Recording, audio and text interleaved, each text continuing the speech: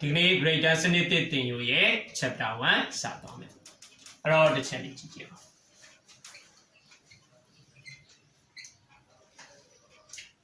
chapter 1မှာဘာကြောင့်လေ့လာရမှာလဲဆိုတော့ introduction to coordinate geometry ဆိုတဲ့အကြောင်းလေ့လာပေးရမယ် INTRO DUCT ION introduction ဆိုတာဒီမိတ်ဆက်ခြင်းကိုပြောတာ introduction to မိတ်ဆက်ခြင်းဘာကြောင့်မိတ်ဆက်မှာလဲဆိုတော့ coordinate geometry COORDINATE coordinate GEOMETRY geometry မြန်မာလိုခေါ်တော့ geometry ပေါ့တနည်းအားဖြင့်သင်္ချာနှစ်ပေါ့အဲ့တော့ chapter 1မှာဘာအကြောင်းလေ့လာရမှာလဲဆိုတော့ introduction to မိတ်ဆက်ဘာအကြောင်းမိတ်ဆက်မှာလဲဆိုတော့ coordinate geometry အကြောင်းမိတ်ဆက်ခြင်းအခန်းကိုစပြီးတော့လေ့လာပေးရမယ်အဲ့တော့မြန်မာလိုဘာသာပြန်နော် coordinate geometry ဆိုတာကမြန်မာလိုခေါ်တော့ဘယ်လိုခေါ်လဲ geometry တနည်းအားဖြင့်သင်္ချာနှစ်အပိုင်းပေါ့အဲ့တော့ geometry ဆိုတာဒီဘာကိုပြောချင်တာလဲဆိုတော့အမှတ်တွေအကြောင်းမြင်းချောင်းတွေအကြောင်း polygon တွေအကြောင်း circle တွေအကြောင်းစသဖြင့်အဲ့ဒါနဲ့ပတ်သက်ပြီးတော့လေ့လာတဲ့ဘာသာရပ်ကိုက geometry လို့သတ်မှတ်တာအဲ့ဒါကြောင့် coordinate geometry နဲ့ပတ်သက်ပြီးတော့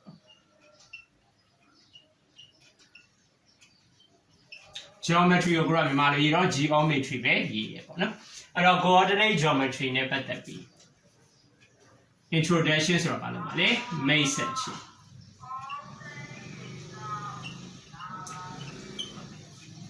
အဲ့တော့ greater စနစ်တစ်သင်ယူရဲ့ chapter 1မှာပထမအဆုံးလေ့လာရမယ့်ခန်းဒီ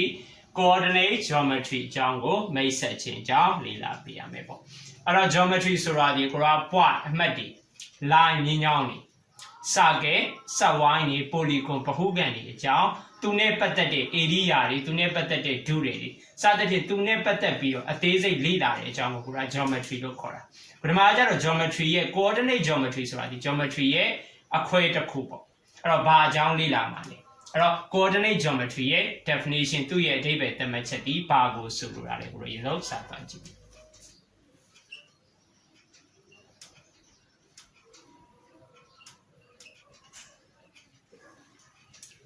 coordinate geometry ဆိုတာဒီ geometry ရဲ့ဘာသာရပ်ခွဲတစ်ခုဖြစ်တယ် is the branchဆိုတာအခွဲကိုပြောတာ branch of geometry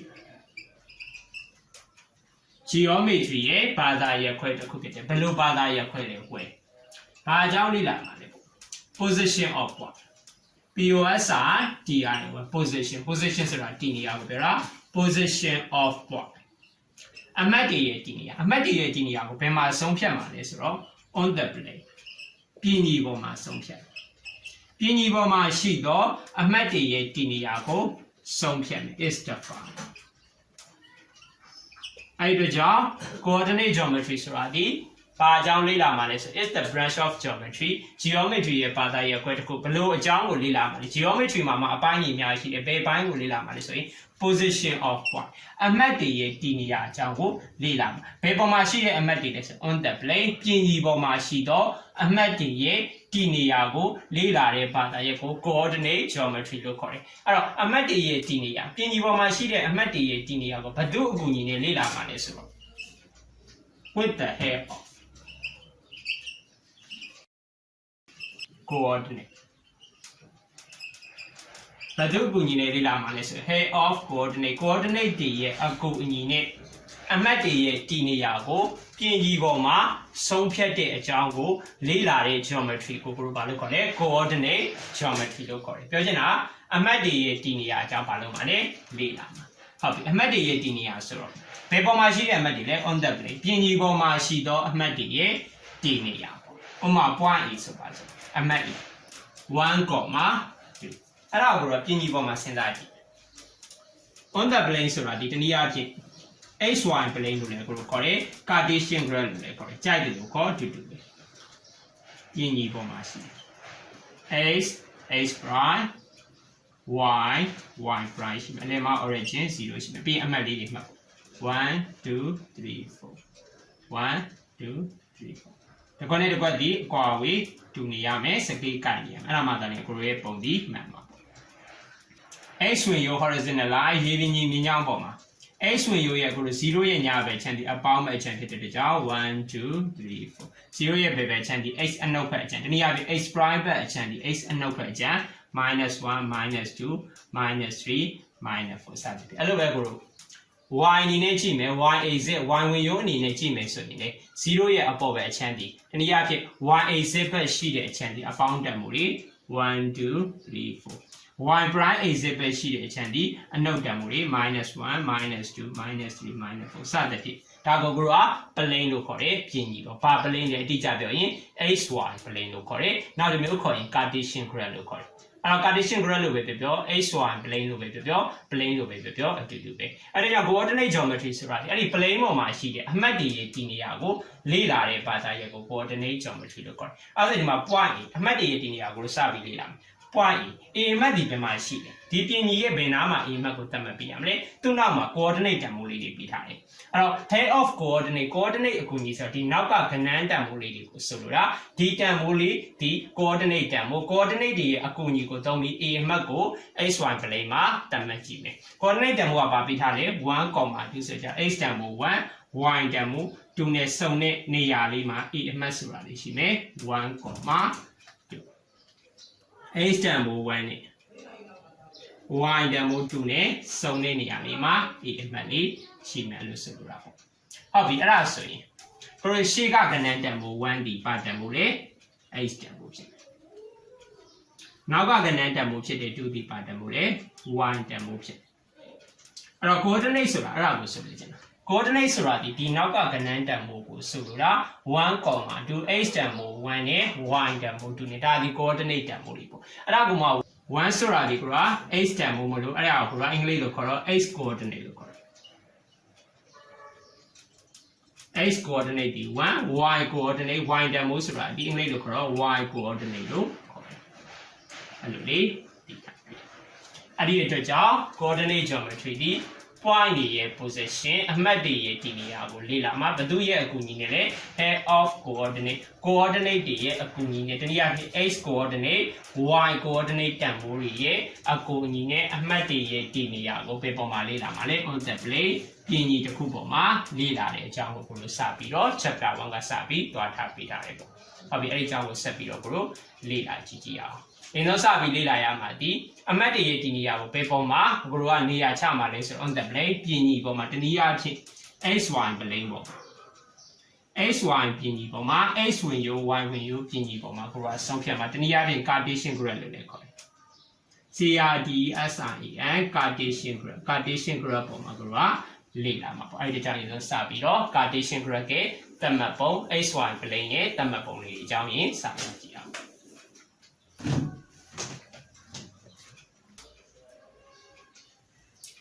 အဲ့တော့ကိုယ်စပြီးတော့ xy plane နဲ့ပတ်သက်ပြီးတော့သတ်မှတ်ချက်တွေဘာတွေရှိလဲအဲ့ဒီကြောင့်ဒီပါကြည့်ကြည့်အောင်ဘာလဲဆိုတော့ xy plane plane plane ဆိုတာမြန်မာလိုပြင်ကြီးလို့ခေါ်တယ်အဲ့ဒီကြောင့် xy plane ဆိုတဲ့ကြောင့် xy ပြင်ကြီး x ဝင်ရိုး y ဝင်ရိုးပါတော့ပြင်ကြီးတစ်ခုပေါ့နောက်တစ်မျိုးကိုဘယ်လိုခေါ်သေးလဲဆိုရင် Cartesian graph လို့ခေါ်တယ် CRTESIAN Cartesian graph လို့ခေါ်တယ်ဘယ်လိုပဲခေါ်အတူတူပဲအနည်းအားဖြင့် x ဝင်ရိုးပါမယ် y ဝင်ရိုးပါတယ်ပြင်ကြီးတစ်ချက်ကိုက xy plane Cartesian graph လို့ခေါ်တယ်အဲ့တော့ဒီကောင်လေးကိုစာမျက်နှာတစ်ခုရှိမယ်ပေါ့။သို့မဟုတ်ခြံခွက်တစ်ခွက်ရှိမယ်ပေါ့။အဲ့ဒါကိုကိုတတ်မှတ်လို့ရတယ်။သူရေပြင်ကြီးအတိုင်းရှိမယ်ပေါ့။အမြင်ရရေပြင်ကြီးအတိုင်းရှိမယ် horizontal line ရှိအဲ့ဒီကောင်ကိုx ဝင်ရိုးလို့တတ်မှတ်ပေးရတယ်။အဲ့လိုပဲအမြင်နဲ့ကြည့်လိုက်မယ်။စာရွက်ကိုပဲကြည့်ကြည့်မြေခွက်ကိုပဲကြည့်ကြည့်။အမြင်နဲ့ကြည့်လိုက်မယ်။ကို down line ဖြစ်နေမယ်။အခုလိုနဲ့တဒန်းနဲ့ဖြစ်နေပြီဆိုအဲ့ဒီကောင်ကိုဘာလို့တတ်မှတ်လဲဆိုရင် y axis လို့တတ်မှတ်ပေးတယ်။အဲ့ဒီကြောင့်ဘယ်အရာဝတ္ထုကိုပဲကြည့်ကြည့်ကိုတို့ဒီ 2D အနေနဲ့ဒါမြင်မယ်ဆိုရင် x ဝင်ရိုးတစ်ကြောင်းရှိမယ် y ဝင်ရိုးတစ်ကြောင်းရှိမယ်အဲ့လိုလေကိုတို့မြင်တတ်ပေးရမယ်အဲ့ဒါကိုကိုတို့ကဘာလဲခေါ်လဲ Cartesian graph လို့ခေါ်တယ်အဲ့ဒီ Cartesian graph အဲ့ဒီ xy ပြင်ကြီးအဲ့ဒီပြင်ကြီးတစ်ချက်ပေါ်မှာကိုတို့ကအမှတ်တွေတတ်မှတ်မယ်အမှတ်တွေရဲ့တည်နေရာတွေအကြောင်းကိုလေ့လာတဲ့ဘာသာရပ်ကိုတို့က coordinate geometry လို့ခေါ်တယ်ဟုတ်ပြီ xy plane Cartesian graph ဆိုတာဒီ